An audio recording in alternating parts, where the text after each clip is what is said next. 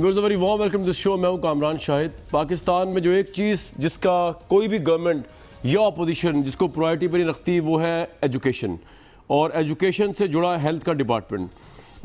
नून league की government थी, जरदारी साहब की गवर्नमेंट थी। हमारी उस पर तनकीद यही थी कि आपने पहले टूटे हुए स्कूल नहीं बनाए, आपने उस स्कूलों के अंदर एजुकेशन को जो है इंस्टिगेट नहीं किया, टीचर जो है उनके स्टैंडर्ड को नहीं बढ़ाया, स्टूडेंट्स के स्टैंडर्ड को नहीं बढ़ाया, और आप चले गए मेट्रो बसेस बनाने, ऑरेंज ट्रेन्स बनाने और पता नहीं क्या कुछ।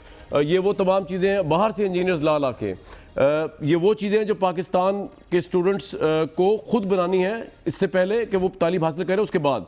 तो ये प्रायोरिटी किसी गवर्नमेंट के लिए, और अपोजिशन को अगर हम देखें तो उनकी भी ये प्रायोरिटी नहीं है। मतलब पाकिस्तान में अगर आप पिछले कुछ दिनों में डिबेट देखें तो इस बात पे हो रही है कि इमरान खान प्राइम मिनिस्टर ने जो है बिलावल भुट्टो साहब को किस तरह मुखातिब कर दिया, या बिलावल भुट्टो ने इमरान खान को मुज़क्कर से मोनस कर दिया। तो ये हमारे मुल्क की जो गवर्नमेंट और अपोजिशन है वो ट्रिवियल इश्यूज़ के ऊपर फंसी रहती है। उनकी प्रायोरिटी कानून साजी को से लेकर आगे तक ना हेल्थ है ना एजुकेशन है, और उनको सूट भी करता है क्योंकि पाकिस्तान की ये आवाम जो है इसमें जिस तरह का शऊर है, जो तालीमी शऊर ऑब्वियसली नहीं है। अगर आप जाके देखें दही वोटर जितना आपका है वो या मारूसियत पे वोट देता है या शख्सियत पसंदी पे वोट देता है, उनमें एजुकेशन का फुकदान है। मेरा अपना तज़िया है, जितना मैंने विजिट किया सिंध को और पंजाब को ख़ास तौर पे, और वो शख्सियत परस्ती पे वोट देते हैं। और अगर उनमें एजुकेशन हो, वो भी एजुकेटेड हो, तो वो मेरिट पे जांच कर, तोल कर, परख कर कैंडिडेट लेके आए, हमारे पास अच्छी से अच्छी क़यादत मैसर हो। ये मैं एजुकेशन की बात इसलिए आज कर रहा हूँ और हेल्थ की बात कि पाकिस्तान के अंदर ऑब्वियसली अवेयरनेस नहीं है, बड़े बड़े चीज़ों की अवेयरनेस नहीं है, बड़े बड़े डिजीज़ इस मुल्क में फैल जाते हैं क्योंकि अवेयरनेस नहीं है, तो एहतियात ही नहीं आप कर सकते। कुछ चीज़ें सिर्फ एहतियात से हो सकती हैं और उसका कोई हल नहीं है। और इस वक्त जो सबसे अलार्मिंग खबर आई है पाकिस्तान के सबसे अहम सूबा सिंध से, वो है HIV एड्स के फैलने की। मुल्क भर में वजारत सेहत के मुताबिक एड्स के मरीज़ों की तादाद 23,000 से ऊपर है। हालांकि मेरे नज़दीक ये फैक्ट सही इसलिए नहीं क्योंकि ये एक ऐसा मर्ज़ है जिसके मुताबिक लोग ना टेस्ट कराते हैं ना चेक कराते हैं, तो ये तो अभी मिनिमम हमें चला पता है कि 23,000 है, इससे ज़्यादा तादाद भी हो सकती है। लेकिन जो सिंध में स्कैंडल सामने आया है लड़काना में ख़ास तौर पर, और लड़काना कोर जगह है सिंध की गवर्नमेंट का, उनका आबाई घर है बेनज़ीर भुट्टो साहबा का, भुट्टो साहब का, जरदारी साहब का, बिलावल साहब का। इतनी ज़्यादा क्रिमिनल नेग्लिजेंस है वहाँ पे हेल्थ को लेकर। इससे पहले चीफ जस्टिस ने आइडेंटिफाई किया, हमने जाके वहाँ पे इंटीरियर सिंध के अंदर हॉस्पिटल्स की हालात दिखाई, और एड्स को लेकर क्रिमिनल नेग्लिजेंस है। लड़काना के इलाका सिर्फ एक रत्तो डेरो के अंदर जो टेस्ट किए गए तो बच्चों समेत 42 अफराद, और अब तक की इतला 49 से ऊपर अफराद जो उनमें HIV की तशखीस हुई है। ये तो वो लोग हैं जो चल गया पता, और इससे ज़्यादा भी हो सकते हैं का पता नहीं चला। लेकिन जो सबसे बड़ी डेवलपमेंट हुई आज वो कि वहीं के डॉक्टर मुजफ्फर घांगरो जो है उन पर ये इल्ज़ाम आया है सामने कि उनको HIV थी, और उसके बाद उन्होंने क्रिमिनली जो है उस HIV को सिरिंजेस के ज़रिए मरीज़ों में ट्रांसफ़र किया। अब ये एक बड़ा क्रिमिनल ऑफेंस है, पहली दफ़ा पाकिस्तान में। इंग्लैंड में से पहले ये केस रिपोर्ट हो चुका है, और जो शख्स है उस पर क्रिमिनल चार्जेस भी लग चुके हैं, जिसने HIV डिटेक्ट होने के बाद क्रिमिनल इंटेंशन के साथ दूसरे फैलाने के लिए वो सब कुछ किया जिससे उनको एड्स लग जाए, और उसके काफ़ी 14 से 15 विक्टिम्स भी सामने आए। तो ये इंग्लैंड में केस हो चुका है। पहला अपनी तो नोईदा केस था जिसमें कैपिटल पनिशमेंट तक बात जा सकती है, अभी वो हेयरिंग उसकी चल रही है। पाकिस्तान में ये पहला केस हुआ है, और सिंध से ये वबा कहाँ तक फैल सकती है ये बड़ी अलार्मिंग बात है, क्योंकि पाकिस्तान में कोई गवर्नमेंट का ऐसा प्रोजेक्ट नहीं है जो एड्स के मुतालिक या इस तरह की चीज़ों के मुतालिक लोगों को अवेयर करे। मैं आपको सबसे पहले तो उस डॉक्टर के बारे में, बल्कि सबसे पहले हम अपने रिपोर्टर से बात कर लेते हैं। तारिक महमूद दुरानी है हमारे साथ, और हमने कहा है program manager national AIDS control program को भी तशरीफ़ लाए डॉक्टर बसीर चकजई, ताकि वो भी थोड़ा बता सके लोगों को इस प्रोग्राम के प्लेटफॉर्म से। लेकिन सबसे पहले आपको सुनवाता हूँ डॉक्टर मुजफ्फर घांगरो का इंटरव्यू जब उनसे किया गया, जो खुद भी HIV के एडिक्ट है हुए में है, उनका टेस्ट पॉजिटिव आया, और उन्होंने क्रिमिनली किस तरह अपने HIV को दूसरों में ट्रांसफ़र किया, देखते हैं। मसला ये है कि मेरे HIV वायरस मेरे ऊपर टेस्ट में पॉजिटिव आया है। अगर मुझे पता होता कि मुझे वायरस है तो मैं क्यों इसका इलाज करता। और इतने पूरा शहर मेरे पास तो नहीं आता, बड़े बच्चे थे 9 दिन में केसेस पॉजिटिव आते, 45 थे, इतने सारे पेशेंट्स मेरी क्लिनिक मेरी वजह से हुए। खुद मुझे HIV पॉजिटिव हुआ है, ये किस वजह से, ये कहाँ से वायरस आया मेरे पास। मेरे को डॉक्टर, अगर मुझे पता होता तो मैं कहीं से इलाज करवाता। मुझे तो पता ही नहीं है, न कोई सिम्टम है न कोई साइन है, मैं तो नॉर्मल वैसे बैठा हूँ। कल जैसे DC साहब हमने टेस्ट किया तो वो पॉजिटिव आया। और डीसी साहब मेरी क्लिनिक पे बैठे हुए थे, पेशेंट सारे बैठे हुए थे। अगर ऐसा होता सिरिंज दूसरी निकलती, डीसी साहब वहाँ पे क्लिनिक सीट करते, उसने कुछ सीट नहीं की। वो 2 घंटे तक मेरी क्लिनिक पे बैठे रहे थे। सारे medical staff, health care commission मेरी क्लिनिक पे बैठे हुए थे, सारे पेशेंट वहीं पे बैठे हुए थे। सिर्फ मेरी टेस्ट पॉजिटिव आई, मैं खुद परेशान हूँ कि मेरी टेस्ट कहाँ से आई, मुझे कहाँ से वायरस लगा। झूठा कैसा ये हेल्थ कमीशन वाले अपने आप को बचाने के लिए मेरे ऊपर डाल रहे हैं। मेरा क्या कसूर है? मैं तो डॉक्टर हूँ, रिकॉग्नाइज्ड डॉक्टर हूँ। मैंने पोस्ट ग्रेजुएशन किया है। 40 केसेस पे पॉजिटिव सारे मेरे पास तो नहीं आते, ये कहाँ से आए हैं? कल परसों एक मेरे पास बच्चा आया था, सिर्फ आधे घंटे के लिए वो वहीं पे एक्सपायर हो गया। वो लाड़काना से ट्रीटमेंट लेके आया था। अभी मैं इल्ताब मैसर है, मैं अभी उनको दिखाता हूँ ये कहाँ से ट्रीटमेंट करके आया जो इसका पॉजिटिव केस है। अच्छा, वो कहाँ से, किस डॉक्टर के पास? लाड़काना से? डॉक्टर का नाम नहीं लेता, वो भी बच्चों का डॉक्टर है। लाड़काना से लेके आया था मेरे पास से, क्लिनिक में आधे घंटे में एक्सपायर हो गया। उसकी मदर को भी वायरस है, HIV पॉजिटिव है। ये कहाँ से आ गया? ये तो ट्रीटमेंट ही लाड़काना से करवाता है। अभी भी मेरे पास बच्चा पता है, इस गाँव में रहता है, घर में रतो जो शहर का रासी है। डॉक्टर मुजफ्फर घांगरू, मुबैना तौर पर इन पर इल्ज़ाम है कि इनको खुद HIV था और उन्होंने जानबूझ के सिरिंज के जरिए दूसरे मरीजों में भी इसको शिफ्ट किया। ये ट्रेंड अगर फैलता है तो बड़ा खतरनाक ट्रेंड है पाकिस्तान में। इस तरह हमने इंग्लैंड में भी देखा, बड़ा खतरनाक डेवलपमेंट है। तारिक महमूद दुरानी हमारे रिपोर्टर लाड़काना से मौजूद। तारिक, ये बताइए कि कितना सवेर ये इंटेंसिटी है HIV की, जो इतनी रिपोर्ट्स आ रही हैं पूरे मीडिया पे, ये पूरे सिंध को इसने इफेक्ट किया हुआ है, सिर्फ लाड़काना को किया हुआ है? किस हद तक ये मामला बड़ा मामला है? ये बिल्कुल इस वक्त तो सिर्फ लाड़काना की हद तक है, और खासतौर पर लाड़काना का वो इलाका जो बिलावल भुट्टो जरदारी और फरियाल तालपुल का हल्का इंतखाब रतोदेरो है, जहाँ ये शिकायत पहले सामने आई थी कि कुव्वत मुदाफियत कम होने की शिकायत थी। यहाँ के एक निजी क्लिनिक के डॉक्टर ने 8 माह से 8 साल तक के तकरीबन 15 बच्चे थे जिनकी HIV टेस्ट करवाई निजी लेबॉर्ट्री से, तो ये पॉजिटिव सामने आए।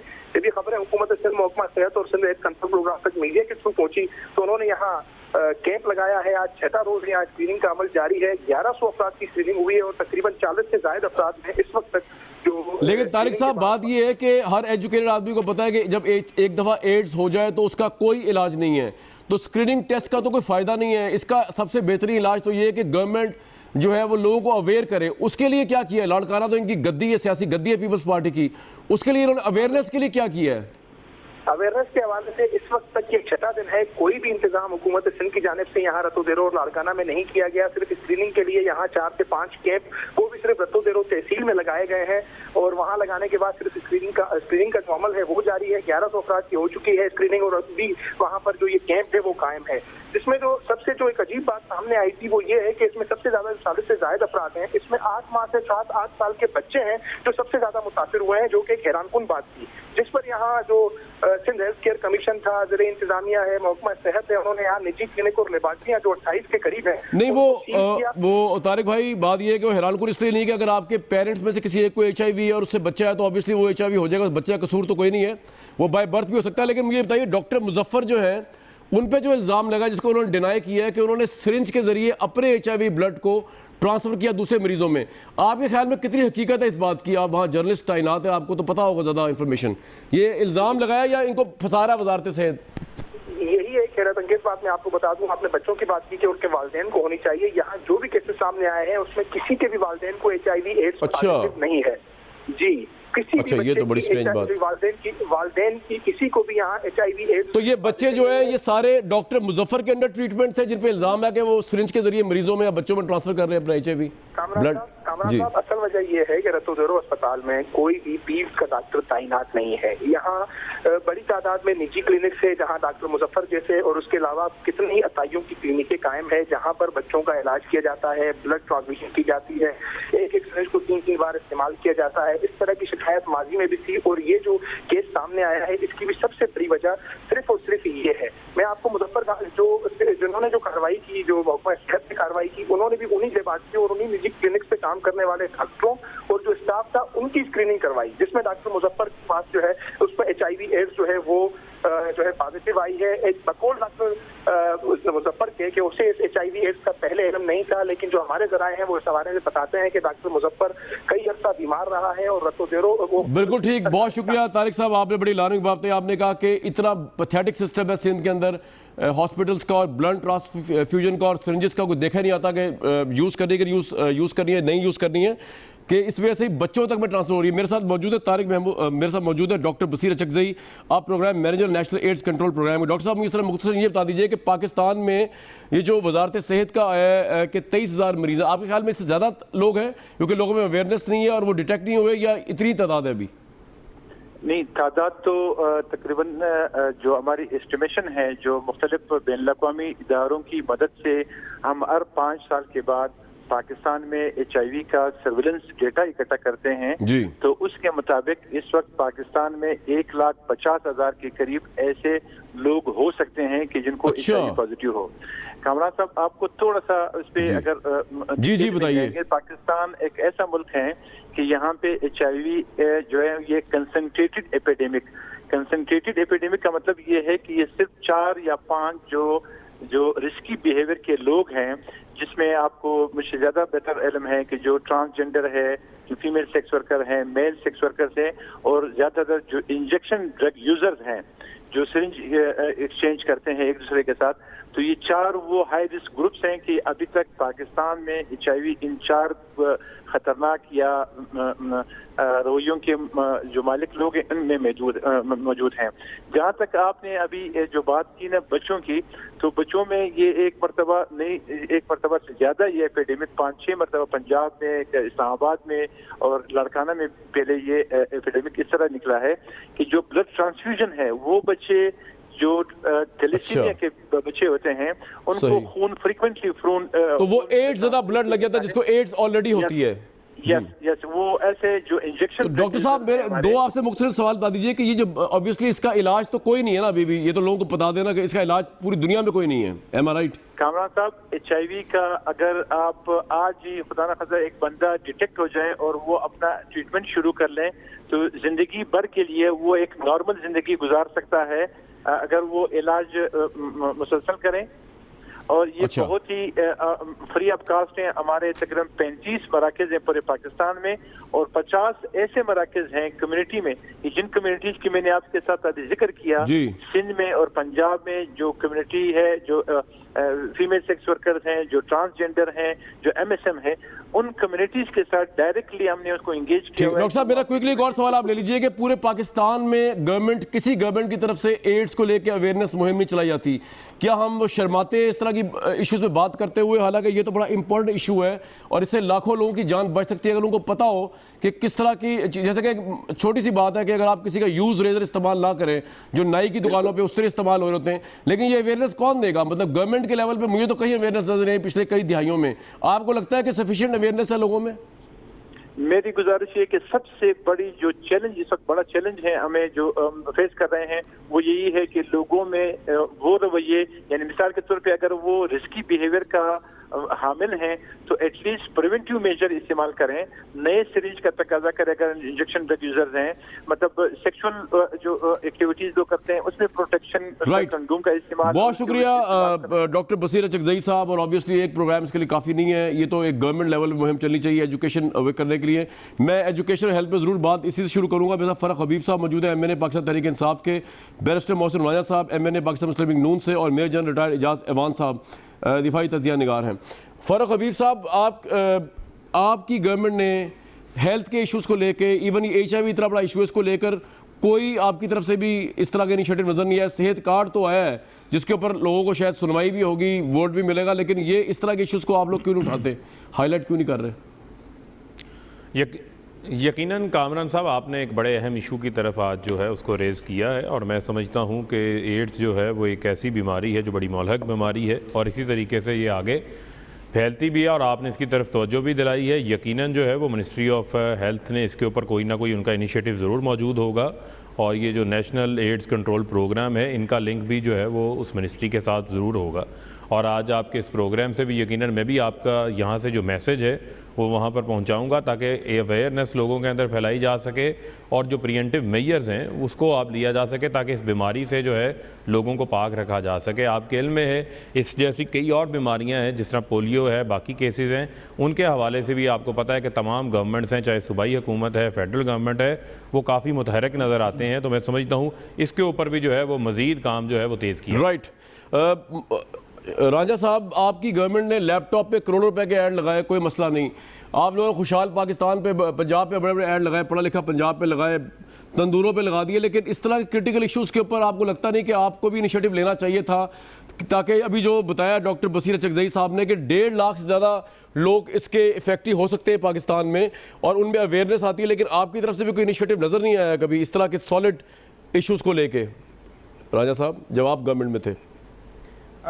कामरान साहब, इस पे ये है कि वाकई ये एक बहुत मेजर इशू है और इसे एग्री करता हूँ कि गवर्नमेंट्स का जो फोकस रहा है वो ज़्यादा हॉस्पिटल्स के बीच में मेडिसिन को प्रोवाइड करना, हॉस्पिटल्स के बीच में स्टाफ को पूरा करना, लोअर स्टाफ को पूरा करना, बजट को हैंडल करना। लेकिन जो अवेयरनेस है, एड के हवाले से अवेयरनेस ज़रूर चलाते रहें कैंपेन्स। आप BHUs में चले जाएं, आप RHCs में चले जाएं, आप THQs में चले जाएं, आपको अवेयरनेस जो है वो नज़र आएगी, पोस्टर्स नज़र आएंगे। जिस तरह लेडी हेल्थ वर्कर्स जाके लोगों को बताते हैं, इस तरह एड्स स्पेसिफिक अभी तक लोगों को नहीं अवेयरनेस जो है वो नहीं उस तरह से जा सकी और लोग शर्माते भी हैं और हिचकिचाहट का शिकार भी हैं। मैं आपको अपने हलके का एक वाक़या बताता हूँ कि पिछले टेन्योर में मेरे हलके में एक गाँव है कोट उमराना। मैं कोट उमराना में, मुझे एक वहाँ से गांव के एक बंदे ने ख़त लिखा। उसने कहा कि जी मेरे गांव में ये एड्स का मर्ज़ है और काफ़ी लोगों को इसमें मुब्तला हैं। मैंने फौरी तौर पे उस वक्त बात की और मैंने एक टीम लाहौर से मंगवाई। उन्होंने टेस्ट किए, तकरीबन उस एक गाँव में 450 लोगों को एड्स निकली। अच्छा। एक गाँव में। अब जब हमने वो सारा जी हाँ, अब जब हमारे तो रोंगटे खड़े हो गए और कि ये क्या सूरत हाल है। जब हमने उसकी पूरी इन्वेस्टिगेशन की तो पता ये लगा कि वहाँ पे जो एक डॉक्टर जिस तरह डिस्पेंसर्स होते हैं प्राइवेटली जो प्रैक्टिस करते हैं, वो बंदा था और वो बंदा ड्रग एडिक्ट भी था और वो HIV एडिक्ट भी होगा में वो सिरिंज के थ्रू खुद और HIV भी थी उसको। और वो वहाँ से आगे से जो लोग उसके ट्रीटमेंट कराने आते थे, वो इंजेक्शन लगाता था, उसने पूरे गांव को ये कर दिया। अच्छा। उसके बाद फिर जब ये सूरत हाल सामने आई, हमने फौरी तौर पे खैर वहाँ पे जो प्रिकॉशनरी मेजर्स वो और साथ में जो भी हमने उसकी रेमेडी लेनी थी वो हमने फौरी तौर पे की। लेकिन वहाँ से ये एक इशू है और उसके बाद फिर हमने इसका एक सर्वे कराया। मैंने उस पूरी यूनियन काउंसिल का सर्वे कराया, यूनियन काउंसिल के साथ फिर मुल्का यूनियन काउंसिल्स का। मैंने स्पेशल उस वक्त मोबाइल यूनिट थे, शहबाज शरीफ साहब से बात करके मैंने मोबाइल हेल्थ यूनिट बुलाया और जब मैंने टेस्ट कराए तो पता लगा और 1500 से या 1600 के करीब और लोग जो है वो भी एड्स में। अच्छा। तो अब तो आपने फिर किया क्या? उसकी आपने कोई वैक्सीन प्रोवाइड की है उनको या क्या किया आपने? हमने तो वैक्सीन प्रोवाइड की, बिल्कुल वैक्सीन प्रोवाइड की। और अब अगले दिन मुझे इंतहाई अफसोस इस बात का हुआ कि मैंने वैक्सीन प्रोवाइड करने के बाद फिर उस एक गांव में एक स्पेशल डिस्पेंसरी का जो था वो भी अप्रूवल कराई कि यहाँ पे डिस्पेंसरी बने और जो उसका BHU था उसको स्ट्रेंथन करने के लिए मैंने कुछ मेजर्स अडॉप्ट किए और साथ में जो हमारा तहसील कोट भवन का THQ हॉस्पिटल था, बिकॉज इतने ज़्यादा लोगों को एड्स एक तहसील में से निकली तो हमारे लिए तो बहुत बड़ा अलार्मिंग फैक्टर था।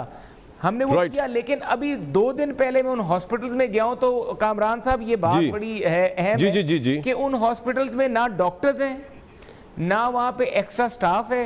आप किस इलाके के हॉस्पिटल की बात कर रहे हैं? कोशिश करके ये तहसील कोट मोमिन का जो THQ है जो कि बेसिकली हॉस्पिटल है जहां से जितने भी पेशेंट्स यहां से जाते हैं। अब यहाँ पे कौन से MNA MPA जीते हुए इस हल्के से? हॉस्पिटल आप खुद जीते ना वहां से? तो यहाँ से MNA मैं हूँ। ठीक तो नहीं तो फिर मैं खुद MNA हूँ। नहीं तो आप तो ये तो आपने इसकी सुपरविजन करनी थी। देखिए अब मैं तो अपोजिशन में हूँ, मैं गया हूँ खुद और मैंने यास्मीन राशिद साहिबा से भी कहा है, मैंने आप ट्वीट भी किए हैं और मैंने कहा है कि खुदा का वास्ता है ये इस तरह की सूरत हाल यहाँ पे। चलो मैं कोशिश करता हूँ यास्मीन राशिद साहिबा को टेलीफोन लाइन पे ले, उनसे पूछे तो बड़ी बात है। एक विलेज जहाँ आप कह रहे 6000 लोग HIV के एडिक्ट है, आपके वहाँ पे वैक्सीन सेंटर खत्म हो गए। जी बताइए। जी राजा साहब एक बात और ये है कि जब वहाँ पे एड्स का ये इशू खड़ा हुआ तो उस वक्त हमारे ख्वाजा इमरान नज़ीर मिनिस्टर थे हेल्थ के, वो तकरीबन वीकली बेस पे आ रहे थे। वो 6-7 महीने हमारे, जब ये एड्स वाला इशू हुआ, 6-7 महीने वो वीकली बेसिस पे आए और उन्होंने उमराना का भी विजिट करते थे और THQ का भी विजिट करते थे। और आज हमारी इस गवर्नमेंट को PTI की, आपको क्या लगता है कि यास्मीन राशिद साहिबा की मिनिस्ट्री की वजह से हुआ ये? दिन भी नहीं गई, एक दिन भी नहीं गई। अच्छा, वहाँ नेग्लिजेंस है? नहीं, उनकी देखिए एक दिन भी नहीं गई, एक दिन भी नहीं गई वहां पे, और अस्पताल का बुरा हाल है। मैं कोशिश कर रहा हूं कि 1 मिनट के लिए यास्मीन साहिबा को टेलीफोन लाइन पे लेके पूछा जाए कि एक ऐसी जगह जहां पे 6000 लोग HIV के एडिक्ट, और वहां पे आपने वैक्सीन सेंटर बनाया, वहां पे हॉस्पिटल को इनिशिएट किया, तो वहां पे अब सारा कुछ खत्म किस तरह हो गया। लेकिन उससे पहले कि वो है जनरल रिटायर्ड जवान साहब के पास जाऊंगा। जनरल साहब, मुझे ये बता दीजिए कि हमारी सोसाइटी के अंदर जिस तरह के वेस्ट के अंदर बच्चों को अलर्ट किया जाता है बहुत सी चीज़ों के बारे में बचपन से ही, और उनको अवेयर कर दिया जाता है। अभी ज़ैनब अलर्ट बिल आ रहा है कौमी असेंबली में, लेकिन हम कभी भी TV प्रोग्राम्स के ज़रिए, तशहीरी मुहिम के ज़रिए बच्चों को ये बताने से कासिर हैं कि किस तरह उन्होंने अपने आप को प्रोटेक्ट करना है, किस तरह उन्होंने सेक्शुअल हैरेसमेंट के बिहेवियर से, अपने रिश्तेदारों से, अपने फैमिली फ्रेंड से, इनसे बचना है। इसमें हम इसको शर्म को बीच में ले आते हैं और एजुकेशन से दूर हो जाते हैं। बच्चे फिर उसमें विक्टिम बनते हैं, और यही हाल एड्स का है जो अभी ये बता रहे हैं। मैं समझा था सिंध के अंदर इतना बड़ा मसला है, लेकिन वो डॉक्टर बसीर साहब ने बताया 1.25 लाख 1.5 लाख से ऊपर पाकिस्तान में इस तरह का प्रॉब्लम हो सकता है। और अभी राजा साहब बता रहे हैं कि एक विलेज में 6000 से ऊपर लोग उन्होंने डिटेक्ट किए। तो ये सोशल टैबू है या हम अनएजुकेटेड लोग हैं, जो पेरेंट्स भी जो हैं जो अपने बच्चों को बता नहीं पाते? क्या वजह क्या है इसमें, शर्म कहाँ से आ गई? ये तो एजुकेशन है। Thank you Kamran. देखें, आप सवाल उन लोगों से कर रहे हैं जिनका आवाम के साथ वोट का रिश्ता है। आई एम सॉरी टू से, वोट के रिश्ते के बाद ये रिश्ता मुनक़ता हो जाता है अगले 5 साल के लिए। शुक्र है इन्होंने, मेरे दोस्त ने ये नहीं कह दिया कि जब हम इक़्तिदार में थे तो 6000 मरीज़ थे और हमने उनको ख़त्म कर दिया और आज PTI ने 15000 मरीज़ और बना दिए हैं। देखो, ये कहानियाँ यार किसको सुना रहे हैं? ये जो सोशल टेबूज हैं, ये हमारी जो हुकूमतें हैं, हमारे जो हुक्मरान तबका है, हमारे जो पार्लियामेंटेरियंस हैं जो वोट लेके असेंबलीज में जाती हैं, ये सिर्फ पिरामिड्स बनाते हैं ताकि उन पिरामिड्स को देख के ये वोट मांग सकें। अवाम की वेलफेयर, अवाम की हेल्थ, अवाम की एजुकेशन, इनकी प्रायोरिटी कभी नहीं रही। हमारे ये जो अशराफिया इस वक्त है, जो बीमार होता है उसका इलाज यूरोप में होता है, जिसके बच्चों ने कारोबार करना है वो यूरोप जाता है, जिनके बच्चों ने पढ़ना है, चाहे वो मेरे हम रैंक हों या बाहर के ये पॉलिटिशियंस हों, उनके बच्चे पढ़ते बाहर हैं। तो जब इनकी तालीम बाहर, इनका इलाज बाहर, इनके कारोबार बाहर, तो आप क्यों इनको एम्बेरस कर रहे हैं ये पूछ के कि आपने अवाम के लिए क्या किया? अगर अवाम के लिए ये अवेयरनेस आ जाई है, क्या ये HIV पॉजिटिव और एड्स का डिजीज़ आज पाकिस्तान में डिटेक्ट हुआ है? क्या दुनिया में इसके ऊपर अवेयरनेस के प्रोग्राम मौजूद नहीं है? कौन से सिलेबस को रिवाइज किया गया? हम तो सिलेबस स्कूलों में वो पढ़ा रहे हैं जो आज से 25 बरस पहले था, अभी तक वही सिलेबस चल रहा है। तो किसने उन सिलेबस में इम्प्रूवमेंट किया है? किसने अवेयरनेस फैलाने की कोशिश की है? ये कभी प्रायोरिटी रहा ही नहीं, न ये है, न होता नजर आता है। तो अनफॉर्चुनेटली ये है एक। लेकिन जनरल साहब, ये तो एक सियासी बात होगी ना, जो मैं बात कर रहा हूँ वो सोशल लेवल पे आपकी और मेरी जिम्मेदारी की बात भी तो हो रही है ना, कि बच्चों को एजुकेट करना, कि उन्होंने किस तरह अपने आप को प्रोटेक्ट करना। छोटे जी जी मैं देखिए, बच्चों ने अपने आप को प्रोटेक्ट करना, या एड्स जरूरी नहीं कि सेक्सुअली ट्रांसमिटेड डिजीज है। एड्स जो है, जो अभी हम बात कर रहे हैं कि ये जिस तरह आपने नाई की दुकान की बात की, या एक कंटेमिनेटेड सिरिंज जो है, उससे अगर एक HIV पॉजिटिव आदमी के बाद दूसरे को इंजेक्शन लगा दिया जाएगा तो उसमें भी वो कैरी कर सकता है एक दूसरे के साथ। ये ज़रूरी नहीं है कि सेक्सुअल इंटरकोर्स से ये फैलने वाली डिजीज़ है। इसको और 101 रीज़न है। डेंटिस्ट जो होते हैं, जब वो अपने आलात को इस्तेमाल करते हैं और उनको सिरिंज नहीं करते यूज, तो मैं यही कह रहा हूँ कि ये जनरल साहब, आप वो सारी चीज, आप तो रीजंस बता रहे हैं। मैं लेकिन ये कह रहा था कि इसके लिए अवेयरनेस पे हम शर्माते हैं, ख्वाह वो बच्चों को सेक्सुअल हैरेसमेंट से बचाना हो, छोटे बच्चों को इवन रेप से बचाना हो। अभी ज़ैनब अलर्ट बिल आ रहा है, तो उसमें पेरेंट्स भी शर्माते हैं, मीडिया भी शर्माता है, और बेसिकली ये शर्म की बात है, सबके लिए शर्माते हैं। इसमें तो एजुकेट करना चाहिए, जिस तरह वेस्ट एजुकेट करता है, सिलेबस का हिस्सा बनाता है। मेरा ये पॉइंट था आनी चाहिए जी। तो मैं इसमें एक ब्रेक लूंगा, ब्रेक वापस आते हैं जी। बिल्कुल ठीक है, ये स्टेट के मिनिस्टर्स इसको महसूस करें। राइट, मैं एक ब्रेक लूंगा व्यूअर्स, ब्रेक के वापस आते हैं शो में।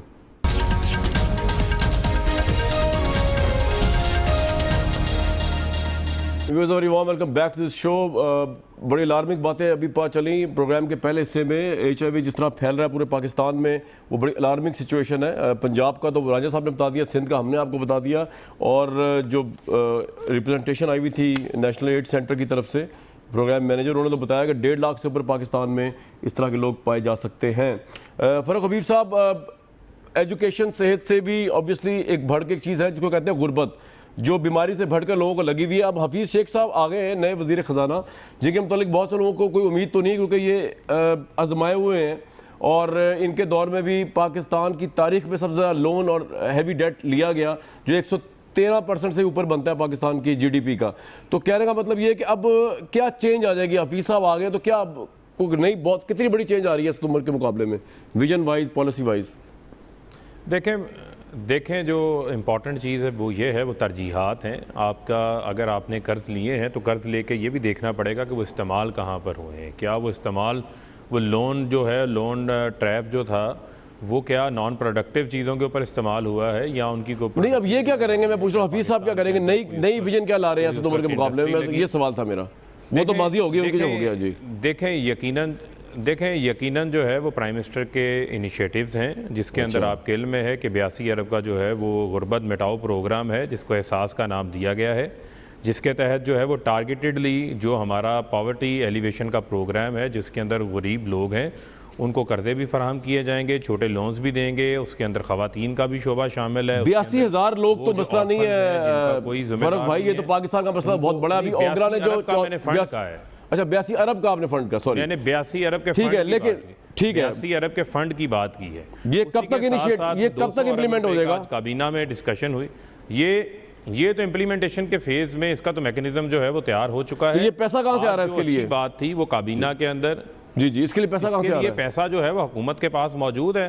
अच्छा, हुकूमत के पास पैसे मौजूद है ना, फंड्स मौजूद हैं आपके पास। देखें ना आप, अब हुकूमत की तरजीहात के अंदर पुल, सड़कें, मोटरवेज अभी बैक बर्नर्स पे हैं। अब तरजीहात जो हैं वो ह्यूमन रिसोर्स डेवलपमेंट के ऊपर हैं। सेकेंडली आज 200 अरब रुपए का जो पैकेज स्टार्टअप्स के लिए, नौजवानों के लिए लेकर आ रहे हैं, उसके ऊपर काबीना ने जो है वो पूरा आज डेलिब्रेशंस की हैं। अब उसको अगली मीटिंग के ऊपर जो है वो क्या पैकेज है जरा बताएं, नौजवानों के लिए क्या लेके आ रहे हैं 200 अरब का हवाले से? 200 अरब का क्या पैकेज लेके आ रहे हैं? वो नौजवान जिनके पास आइडियाज़ हैं, जो अपना नया कारोबार स्टार्ट करना चाहते हैं, उनके पास सरमाया नहीं है, लेकिन हुकूमत उनको जो है वो सरमाया फराहम। अच्छा, मुझे एक बात बता दीजिए फ़ारूक साहब, सिर्फ मुझे बता दीजिए कि आज आप प्रोग्राम में बैठ के ये बता रहे हैं 200 अरब और 82 अरब और ये सब कुछ, एक तरफ तो हमारे पास पैसा नहीं है डे टू डे बिजनेस चलाने के लिए, दूसरी तरफ आप ये कह रहे हैं कि हम लोन पे चल रहे हैं, हम कर्जों पे चल रहे हैं, हम IMF के पास भी जा रहे हैं, इससे पहले हम दुनिया जहान के पास भी पैसे ले आए, China, UAE, Saudi Arabia etcetera etcetera. तो आप ये जो फिगर दे रहे हैं, ये वैसे लोगों को जिस तरह एक पॉलिटिकल स्टंट होता है वो तो नहीं है जो हुकूमत दे रही है, या वाकई आपने कहाँ रखे हुए पैसे, कहाँ से आए हैं? लोग बड़े खुश होंगे। देखें कामरान, ये मुख्तलिफ आपके इल्म में होना चाहिए, मुख्तलिफ प्रोग्राम्स हैं, मुख्तलिफ वर्ल्ड की ऑर्गेनाइजेशंस हैं जो आपको ग्रांट्स भी देती हैं, जो इन सेक्टर्स के ऊपर आपको हेल्प भी करना चाहती हैं, लेकिन एग्जीक्यूशन एजेंसी कौन है? पाकिस्तान है। प्रायोरिटी आपने सेट, ठीक है जी, तो आपकी प्रायोरिटी में बिल्डिंग्स नहीं है, अच्छी बात है। अगर आप लोगों को गुर्बत समझता हूं, ये अच्छी बात है। हमने तरजीहात दुरुस्त की हैं, उनको दुरुस्त सिमत ठीक है जा रहे हैं, उसके नतायज जो हैं वो सामने आ रहे हैं। ये तो बड़ी अच्छी बात है अगर ये ऐसा ही है जो आप बता रहे हैं। देखें जो प्राइम मिनिस्टर का दौरा चाइना है, उसके अंदर भी कुछ चीज़ें बहुत अच्छी हुई हैं। जिस तरह हमारी जो है वो मार्केट एक्सेस चाइना के अंदर बढ़ी है, $1 बिलियन की चाइना पाकिस्तान की प्रोडक्ट्स को इंपोर्ट करेगा, और 33 आपकी ऐसी आइटम्स हैं जिनके ऊपर इंपोर्ट ड्यूटीज चाइना ने खत्म की। ठीक है जी, बहुत जबरदस्त। फारूक भाई दोबारा आपके पास आऊंगा मैं, बिल्कुल ये पॉइंट आ गया आपका, जो है वो मजबूत। ये अच्छी बात है अगर ये सब कुछ हो जाए। 82 अरब का गुर्बत मिटाओ प्रोग्राम, 200 अरब का नौजवानों के लिए, तो बड़ी अच्छी बात है। तो गुर्बत तो बहुत बड़ा जुर्म की बीमारी है, बहुत बड़ी। तो राजा भाई बात ये है कि जो बात फारूक हबीब साहब कह रहे हैं वही बात जनरल एजाज अवान साहब ने कही कि आप लोगों ने वाकईतन ना हेल्थ की प्रायोरिटी आपकी थी, ना आपकी किसी मरीज को देखने की आपकी प्रायोरिटी कुछ और थी। इसलिए नवाज शरीफ साहब भी इलाज के लिए सुप्रीम कोर्ट में कह रहे बाहर ही जाना मुल्क से, ऐसा कोई अस्पताल पाकिस्तान में बनाया नहीं, और शहबाज शरीफ साहब भी बाहर ही गए में इलाज के लिए। तो ये दोनों बात सही कह रहे हैं दोनों लोग। देखिए जी, मैं एक चीज़ ये कहूँगा कि पाकिस्तान का जो 70 साल का क़याम के बाद का जो 71 साल का अरसा है, उसके बीच में पाकिस्तान में सिकंदर मिर्ज़ा से लेके मुशर्रफ तक तकरीबन मेरे ख्याल से आधा उतना ही अरसा फ़ौज की हुकूमत रही। एक मिलिट्री डिक्टेटर की हुकूमत रही और मामलात ये खुद चलाते रहे। तो क्या उन दिनों में कौन सी वो इतने साल 35 साल में पाकिस्तान में कोई ऐसी इनकलाबी हेल्थ रिफॉर्म्स आ गई जिसकी वजह से आज सियासतदान ही रिस्पॉन्सिबल हैं ये सारा जो फेलियर है उसका? आप यहाँ पे देख लें, मैं ये सवाल ज़रूर करूँगा कि आप मुझे बताएं कि ये जितने भी अस्पताल बने, ये जितने भी डेवलपमेंट हुई, ये जितने भी बने, ये सियासतदानों ने बनाए हैं। हम चाहे जो भी करें ना, हम लोगों के गम दुख दर्द में शरीक होते हैं। हमें पता है कि ग्रास रूट लेवल पे चीज़ें क्या होती हैं। एक टीवी प्रोग्राम में बैठ के या डिफेंस में या DHA के एक बंगले में बैठ के एक सियासतदान के ऊपर तनकीद करना बहुत आसान काम होता है, लेकिन अमली तौर पे जब आप मैदान में जाते हैं आपको पता होता है कि जब दर्जा हरारत जो है वो 35। जनरल साहब ने बड़े मैदान देखे हुए हैं रांझा भाई। सवाद में GOC थे जब ऑपरेशन चल रहा था, मैंने एक इंटरव्यू किया था। बता रहा वही मैं बात कर रहा हूँ। मामला है ऑपरेशन, वो इनकी एक्सपर्टीज़ है ना, मैं उसके ऊपर बात नहीं कर सकता क्योंकि मैं कोई फौजी तो नहीं हूँ ना, मेरा कोई मिलिट्री बैकग्राउंड है। हाँ, मैं हेल्थ का मुझे पता है, मैं उसके ऊपर बात भी कर सकता हूँ। मैं ये भी नहीं कहूँगा कि हम अकले कुल हैं और हमने हर चीज़ का जो है तलाश किया हुआ है। ये पॉइंट आ गया आपका, कहना कि सारी रिस्पॉन्सिबिलिटीज जो है सियासतदानों पे आती हैं। 35 साल जो 70 साल में से आधा जो अरसा था वो फौज की हुकूमत रही है। ठीक है जी। मेरे ख्याल से अगर वैसे मैं आपको एक बात बता दूं चलते चलते, पाकिस्तान में एड्स किसी को नहीं हुई। दूसरी बात मैं जो फरक साहब ने बात की है, जो फ़रक साहब ने बात की है, मैं उस पर भी बताऊंगा। फ़रक साहब ने बात की है, मैं ये बात कर रहा हूँ जो ये यूथ प्रोग्राम की बात कर रहे हैं, ये तो वही वाला सारा यूथ आउटलाइन इसकी वही बता रहे हैं जो कि हमारे दौर जो आपकी गवर्नमेंट की थी। ठीक है, मैं जरा इस पर जवाब ले लूं। मोहसिन भाई, एक वक्त की बड़ी किल्लत है, उसी की कंटिन्यूएशन। मैं चाह रहा हूं आपको दोबारा रिस्पांस का मौका मिला, लेकिन मैं आपको एक बात जाते जाते बता दूं। बिल्कुल माशाल्लाह गवर्नमेंट को जस्टिफाई कोई नहीं कर रहा और मैं भी उसको जस्टिफाई नहीं करता। मुशर्रफ साहब को भी गलत था सब कुछ, लेकिन जो 4 बड़ी चीज़ें मुशर्रफ साहब ने की एजुकेशन में वो रेवोल्यूशनरी हैं, वो मैं ज़ाती तौर पे उसका गवाह हूँ। मैं उन दिनों गवर्नमेंट कॉलेज में पढ़ा रहा था। गवर्नमेंट कॉलेज के अंदर जिस तरह कल्चर चेंज हुआ, जिस तरह उसको सपोर्ट मिली, गुंडागर्दी, माफिया, स्टूडेंट गर्दी ये खत्म हुई, उसमें उनका बड़ा कंट्रीब्यूशन नवाज शरीफ साहब का भी था, लेकिन शहबाज शरीफ को दें, उनका भी था। और उसके बाद जो फंडिंग आई जो FC college, NCA, government college, government इदारों के अंदर HEC के अंडर फंडिंग आई, ये बहुत बड़ा कंट्रीब्यूशन था। HEC को बनाना ये बड़ा कंट्रीब्यूशन था। और हमने NCA जैसे इदारे में देखा कि करोड़ों रुपया जो है आर्ट के लिए दिया गया, ये से पहले नहीं था क्योंकि इनलाइटेंड अप्रोच थी। तो ये तो मैं ये बात कह रहा हूँ, और ये प्राइवेट मीडिया उन्होंने खोला जो नवाज शरीफ साहब और बेनज़ीर भुट्टो साहब मिलकर भी नहीं खोल सके। बाकी आप उन्हें कंडेम करें, उन्होंने जो ज्यादतियाँ की, पॉलिटिकली वायलेशन की, मैं उसको बिल्कुल डिफेंड नहीं करूंगा, लेकिन ये 4-5 चीज़ें HEC बनाना, एजुकेशन पे प्रायोरिटी करना, उनके दौर में मल्टी ट्रैक सिस्टम आए, प्रोफेसर्स के लिए बाहर गए पढ़ने के लिए, उनकी सैलरियाँ बढ़ी, ये अच्छा काम था मुशर्रफ साहब के दौर का। बाकी जनरल साहब DHA में बैठ के एयर कंडीशन कमरे में आप तनकीद नहीं कर सकते सियासतदानों पे, आप भी बराबर कसूरवार हैं योर से।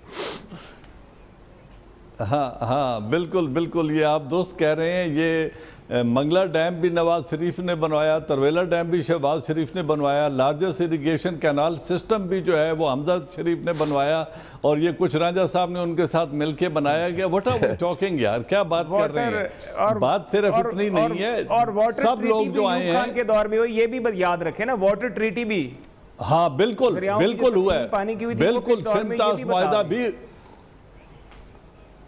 और मेरे भाई, मैं जो आप बात सुन तो लेना, जब आप बोल रहे थे, जनरल साहब की बात सुन रहे थे तो मैं नहीं बोल रहा था। बात ये है, सिंतास मुआहदा भी अयूब खान के दिनों में हुआ था और वर्ल्ड बैंक ने इसको करवाया था, और यही जो मुआहदा है आज आपके इरिगेशन लिफ्ट कैनाल सिस्टम, आपका कोई दरिया खुश्क नहीं होता अगर आप उस पर पैसे लगाते। हाँ, उन्होंने पिरामिड्स नहीं बनाए, उन्होंने पिरामिड्स बनाए होते ना, जिस तरह आज एक अंडरपास बना दो, एक फ्लाईओवर बना दो, एक ट्रेन पुल पे चढ़ा दो, बस पुल पे चढ़ा दो, और फिर जो कौम है उसको इग्नोर करो। बट ये जो स्टोरी है, ये जो है, उसमें सबकी कंट्रीब्यूशन भी है, सबकी गलतियां भी हुई होंगी, नेग्लेक्ट भी सबसे कुछ ना कुछ हुआ होगा। नोबडी इज परफेक्ट, कोई ऐसा परफेक्ट निज़ाम हुकूमत नहीं रहा जिसमें हम कहें जी कि इसमें तो कोई फ्लॉज थे ही नहीं या कोई। जनरल साहब आप ये बताएं, आपको पाकिस्तान तहरीक इंसाफ की गवर्नमेंट से उम्मीद है कि एजुकेशन हेल्थ में कुछ करेंगे, या इनकी प्रायोरिटी भी वोट के लिए होगी? सिर्फ बिल्डिंग दिखा दो, स्ट्रक्चर दिखा दो, देखिए वोट ले लो। सवाल किया था, मेरी आवाज आपको आ रही है? जी आ रही जनरल साहब, आपकी आवाज तो किसको नहीं आ सकती? जी काली कट गई। जी आ रही है सर, आ रही है आपकी। हेलो, जनरल साहब की आवाज आ रही थी लेकिन हमारी आवाज तक नहीं जा रही। एक ब्रेक लेंगे। पाकिस्तान के हर टॉक शो में सिर्फ माजी की ब्लेम गेम चलती है, माजी के ये मज़ार हैं जिनको हम देखते रहते हैं और वो कुछ कर भी नहीं सकते, उनको तोड़ भी नहीं सकते। कोई ये बताने को तैयार नहीं है कि एजुकेशन और हेल्थ में जाके ये गवर्नमेंट पिछली गवर्नमेंट से अच्छा किस तरह करेगी। तो हम इस पे इश्यूज़ पे अवेयरनेस के लिए अवाम की बात उठाते रहेंगे। कल तक दीजिए इजाज़त।